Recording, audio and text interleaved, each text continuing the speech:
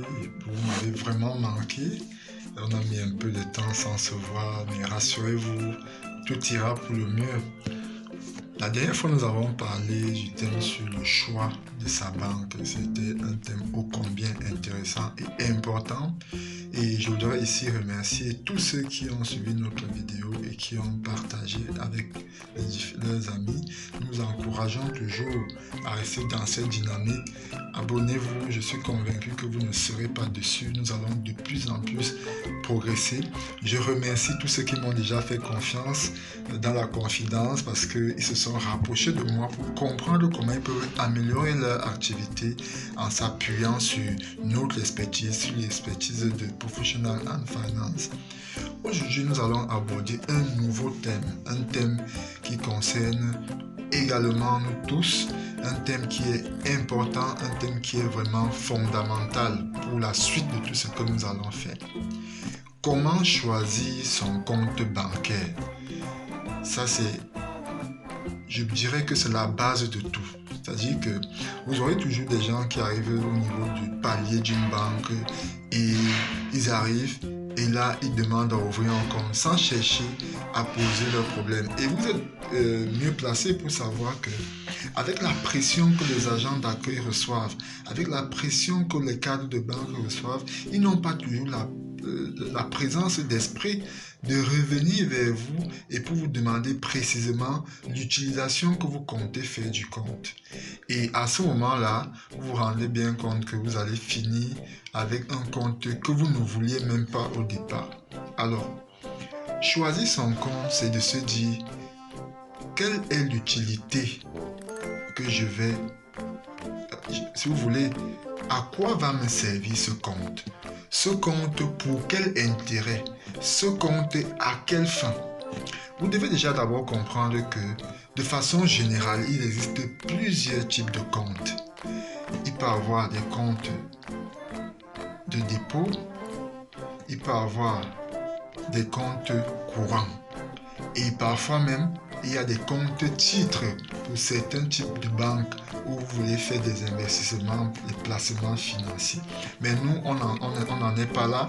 Nous sommes au niveau d'une banque classique, c'est-à-dire que pour des personnes qui veulent simplement accéder aux services financiers de base, c'est-à-dire les services enfin, recevoir leurs revenus ou bien garder leurs revenus, faire de l'épargne ou alors emprunter. Voilà vraiment au niveau où nous voulons d'abord nous situer pour le moment pour vous permettre de mieux faire vos choix. Déjà, commençons par définir un compte. Qu'est-ce qu'un compte bancaire?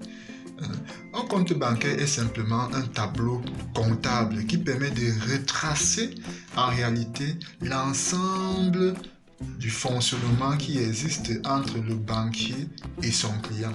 C'est-à-dire quoi en clair? Lorsqu'on va vous présenter votre compte par exemple en historique, vous verrez que vous aurez plusieurs rubriques. D'abord, les dates d'opération, les dates de valeur, les libellés des opérations, le débit, le crédit et le solde. Donc, voilà un peu comment se présente votre compte. Et comme je disais tantôt, c'est un tableau comptable. Mais revenons d'un point de vue juridique. En réalité, d'un point de vue juridique, lorsque vous ouvrez un compte, vous signez un contrat avec la banque. D'abord, dans un premier temps, de respecter votre engagement, c'est-à-dire les soldes débiteurs, mais aussi de faire fonctionner ce compte-là, c'est-à-dire vous allez faire des opérations en numéraire, vous allez faire des dépôts, vous allez faire des retraits, vous allez faire des virements, vous allez, etc., etc. Donc, voilà un peu ici défini ce que c'est qu'un compte bancaire. Et dans sa logique, donc, dans la logique de ce que j'ai dit tout à l'heure, vous devez déjà donc identifier à quoi va vous servir le compte. Et je vais essayer de vous présenter cela en plusieurs sommes de catégories. Première catégorie, les salariés. En principe, pour un salarié, lorsqu'il a l'ambition d'ouvrir un compte, il est tout à fait normal pour lui qu'il demande à ouvrir un compte de dépôt. car en réalité, c'est un compte qui est là, dont l'utilisation est simplement de recevoir des dépôts. Et en réalité, en fonction du type de banque, vous aurez effectivement d'autres types de comptes que nous allons détailler un peu plus tard. Ici, nous revenons d'abord sur les grands types de comptes. Ceci est dit. Pour les salariés, vous devez choisir les comptes de dépôt et généralement, on les appelle les comptes chèques. Et vous verrez qu'en fonction de la spécificité, vous allez voir compte chèque des salariés parce qu'on fait la précision que ce compte précisément, c'est un compte qui sert uniquement les intérêts des salariés. Vous allez également voir d'autres types de comptes de dépôt. Vous allez par exemple prenons un cas simple, c'est le compte d'épargne, c'est un autre type de compte de dépôt, mais cette fois-ci qui est rémunéré, alors qu'au départ, le compte chèque des salariés n'est pas rémunéré en principe. Et même dans certaines banques, supportent des frais, mais qui sont vraiment des frais très faibles. Les comptes d'épargne, quant à eux, sont là pour vous permettre d'épargner de l'argent. C'est-à-dire que vous pouvez ouvrir un compte d'épargne à titre individuel. Vous pouvez ouvrir un compte d'épargne à titre collectif, c'est-à-dire qu'on appelle cela un compte joint. Un compte qui peut être ouvert par au moins 2 personnes. Ça peut être un couple, ça peut être des conjoints libres, ça peut être une association, ça peut être même une entreprise, parce que vous figurez bien que dans une entreprise, par exemple, il peut y avoir plusieurs fondés de pouvoir. On ne peut donc pas laisser le pouvoir entre les mains d'une seule et même personne. Moralité, on aura toujours tendance à permettre que 2 ou 3 personnes signent pour faire le retrait dans le compte, soit conjointement, soit séparément. Une fois que j'ai dit ceci, vous pouvez donc aussi avoir des comptes courants, parce que tout à l'heure j'ai parlé des comptes de dépôt, j'ai cité quelques exemples. Vous pouvez avoir besoin d'un compte courant. À quoi sert un compte courant? L'une des facultés du compte courant, c'est qu'il peut passer débiteur. Ça peut être du fait d'un crédit, ça peut être du fait d'une avance, ça peut être du fait des prélèvements automatiques. Donc, en réalité, un compte courant, c'est celui-là justement qui est adapté à toutes les personnes qui veulent mener une activité. Elle peut être une activité commerciale, elle peut être une activité agricole, elle peut être une activité industrielle et j'en passe. Mais ce que vous devez retenir, c'est quoi? C'est que lorsque vous sentez que vous n'avez pas encore les capacités nécessaires pour assumer un compte courant, il vaut mieux militer pour un compte de dépôt. Pour la simple et bonne raison que les comptes courants généralement ont des frais. Et ces frais-là ne sont pas toujours à la portée de tous. Si une entreprise est capable de supporter des frais dans un compte courant, parce qu'elle a une activité, parce qu'elle a des revenus importants, il est parfois difficile à titre individuel de supporter ces différents frais. Ces frais qui peuvent être les ajouts, parce qu'en fonction du type de compte que vous allez choisir, il y a une gamme de produits qui s'alignent à ce type de compte-là. En réalité, vous pouvez décider de choisir des alertes, c'est-à-dire que une fois que vous avez ouvert un compte, vous voulez par exemple recevoir les informations dans ce compte-là. C'est-à-dire que s'il y a une opération, comme on le disait dernièrement, vous puissiez recevoir cette information. Et sachez donc que pour recevoir ces informations, elles sont alignées à chaque nature de compte. Et les coûts sont aussi alignés en fonction des natures de compte. Pendant que lorsque vous avez un compte d'épargne, vous serez plutôt rémunéré à un taux, ça peut être 2%, ça peut être 2,5%, ça peut être 5%, qui sait. Et vous pouvez être rémunéré donc à ce taux-là. Ça vous permet d'ajouter une valeur à vos fonds.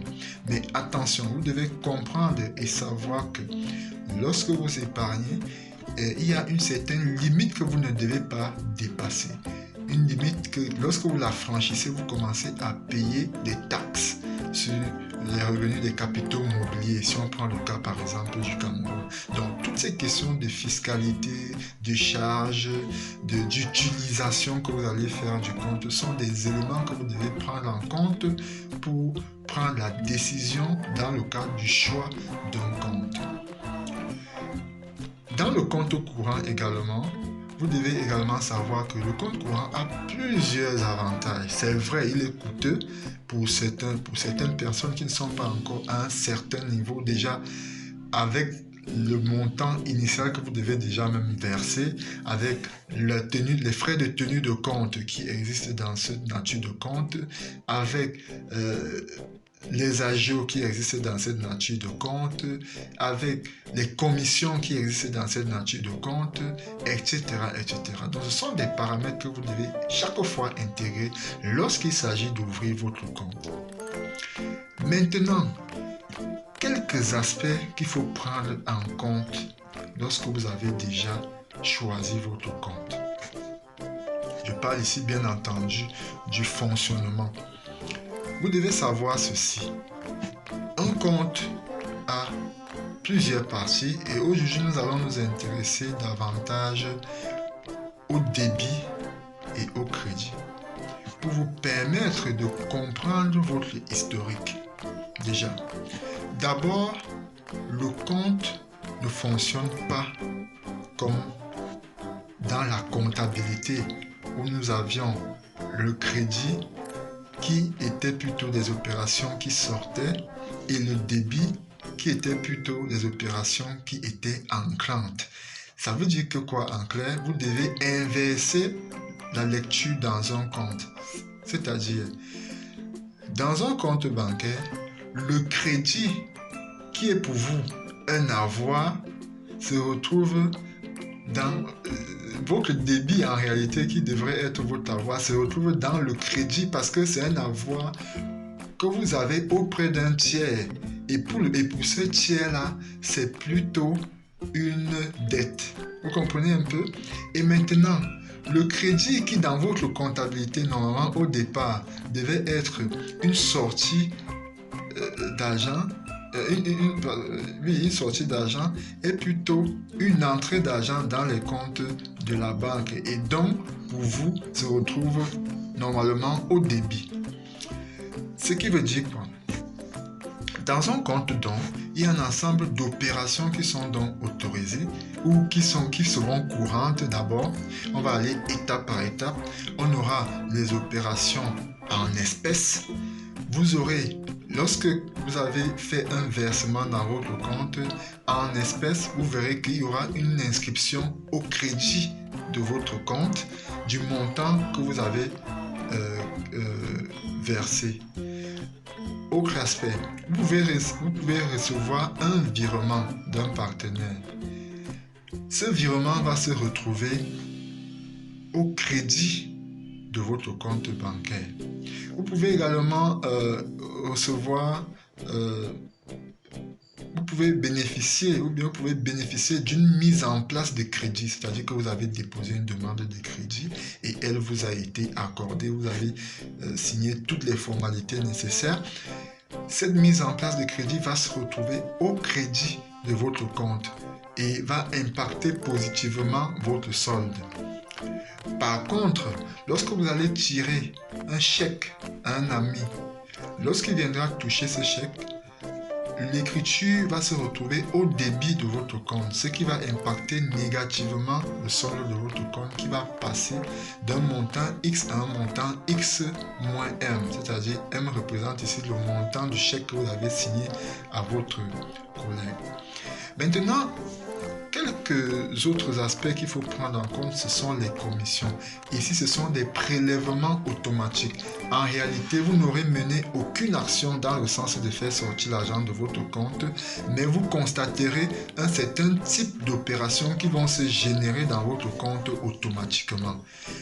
Pas de panique, parce que cela dépendra exactement du type de compte que vous aurez choisi et de la nature des services que vous avez greffés à ce compte-là. Avez-vous pris une carte Visa ou sans publicité bien sûr? Avez-vous pris une carte de crédit? Avez-vous pris une carte de débit? Avez-vous souscrit à une alerte? Avez-vous souscrit à la production des historiques hebdomadaires ou mensuels? Avez-vous souscrit à la banque à distance? avez-vous souscrit, etc., etc. Donc, en réalité, les opérations que vous n'allez pas reconnaître dans votre historique, ce sont ces opérations-là qui viendraient généralement des opérations automatiques de la banque et des différentes activités que vous avez menées avec la banque. Donc, voilà un peu, en gros, les aspects que je voulais apporter dans le cadre de cette vidéo. Quelques petites astuces lorsque vous venez ouvrir un compte. Lorsque vous venez ouvrir un compte, prenez le soin de demander les types de comptes de même que les avantages. En réalité, vous gagnerez à vous rapprocher toujours d'un gestionnaire avant d'ouvrir un compte pour qu'il vous explique étape après étape le contenu de chaque type de compte qui se présente devant vous. Et en fonction de cela, vous arbitrerez facilement du choix de la nature de compte qui sera adapté à vos besoins. Deuxième aspect des choses, sachez que il y a un certain nombre de dispositions qui sont à votre avantage lorsque vous avez ouvert un compte dans une institution. Par exemple, vous bénéficiez, en fonction des types de banque bien sûr, de l'historique sur une période, ça peut être le mois gratuit. Prenez toujours le soin de récupérer votre historique parce que c'est en fonction de votre historique que vous saurez dans votre comptabilité les charges qui vous reviennent dans le cadre de votre relation avec la banque. Autre chose, nous remarquons que bon nombre de personnes, lorsqu'ils sont insatisfaits dans une banque, se lèvent et clôturent leur compte. Il s'agit d'une attitude qui n'est pas du tout correcte. Je m'explique. Lorsque vous levez et vous clôturez votre compte, entre guillemets, je sais vraiment pourquoi j'ai dit ça, vous n'avez pas encore cessé la relation avec la banque. Je m'explique. Certaines personnes, lorsqu'ils se rendent dans une banque, lorsqu'ils ne sont pas satisfaits, se lèvent simplement et partent. Sans qu'ils aient demandé à la banque la situation de leur compte, sans qu'ils aient demandé à la banque comment ils devraient se comporter pour clôturer la relation avec la banque, parce que c'est de ça qu'il s'agit.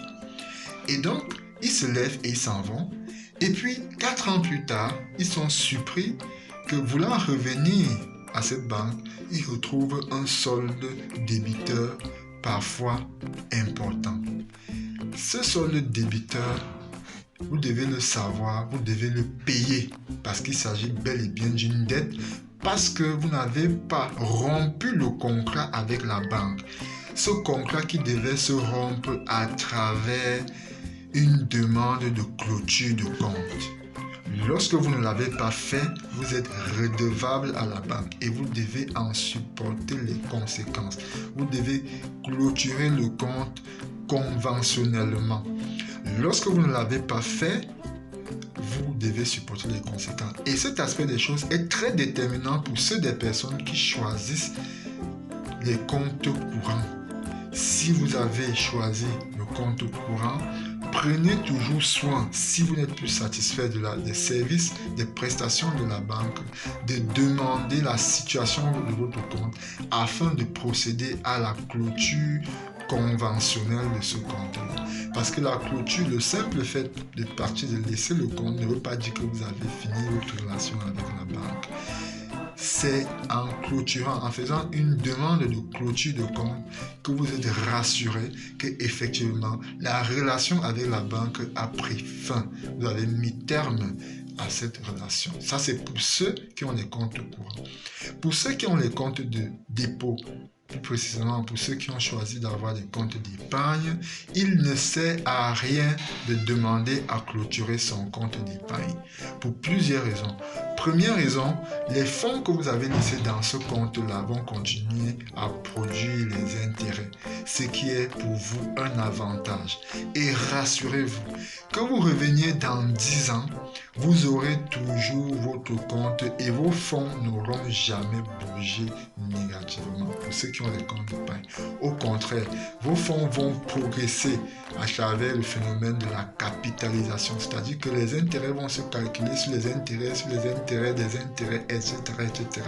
Je vois certains d'entre vous qui sont déjà en train de lécher leur babine là, mais voilà, c'est comme ça que la banque fonctionne. Donc vraiment, j'espère que avec les petites communications, avec les petites explications que nous vous apportons, vous saurez tirer profit de votre relation avec la banque. La banque n'est l'ami de personne et la banque n'est l'ennemi de personne. Sachez simplement vous comporter et c'est là notre mission, vous mettre sur le bon chemin, vous amener à prendre les bonnes décisions. Chers abonnés, j'espère qu'on va se revoir très bientôt. J'ai vu beaucoup de personnes qui me demandent de faire les thèmes sur les crédits. Vous voulez vraiment que je fasse les thèmes sur les crédits? Je vais vous dire une chose, ça va venir et effectivement, ce sont les thèmes vers lesquels nous allons partir, mais vous vous doutez bien que c'est le cœur du ballot, donc il va falloir s'abonner un maximum et il va même falloir que j'organise une certaine, je vais dire un événement pour vous présenter cette thématique parce qu'en réalité, c'est de l'or que nous allons mettre entre vos mains et il n'y a que les connaisseurs et je fais ici un clin d'œil à ces 3 premières personnes qui se sont rapprochées de nous pour demander comment ça se passe et c'est ça l'attitude que nous demandons à chacun d'entre vous, de prendre votre destin en main. Merci.